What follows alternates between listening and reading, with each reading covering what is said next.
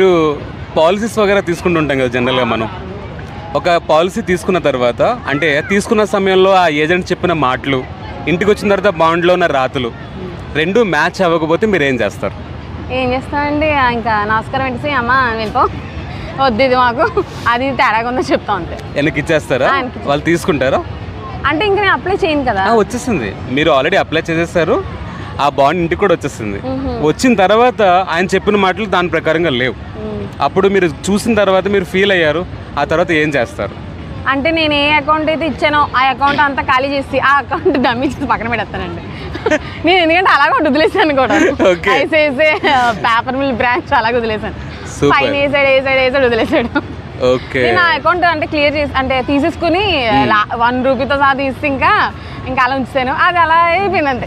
Very good అండి, బాగుంది. దీనికి ఒక ఆప్షన్ ఉంది మన దగ్గర.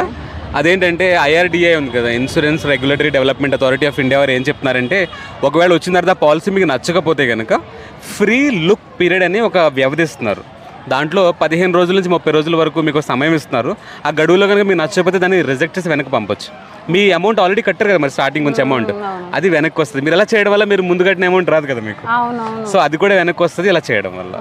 సో ఒకవేళ వాళ్ళు మాట వినట్లేదు అనుకుందాం, మీరు కంప్లైంట్ చేస్తానన్నా మాట వినట్లేదంటే మీరేం చేస్తారు?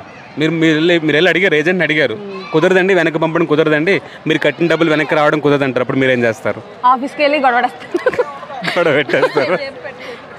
సో ఆఫీస్కి వెళ్ళి గొడవడేస్తానండి, నా డబ్బులు నాకు కావాలి అంటారు.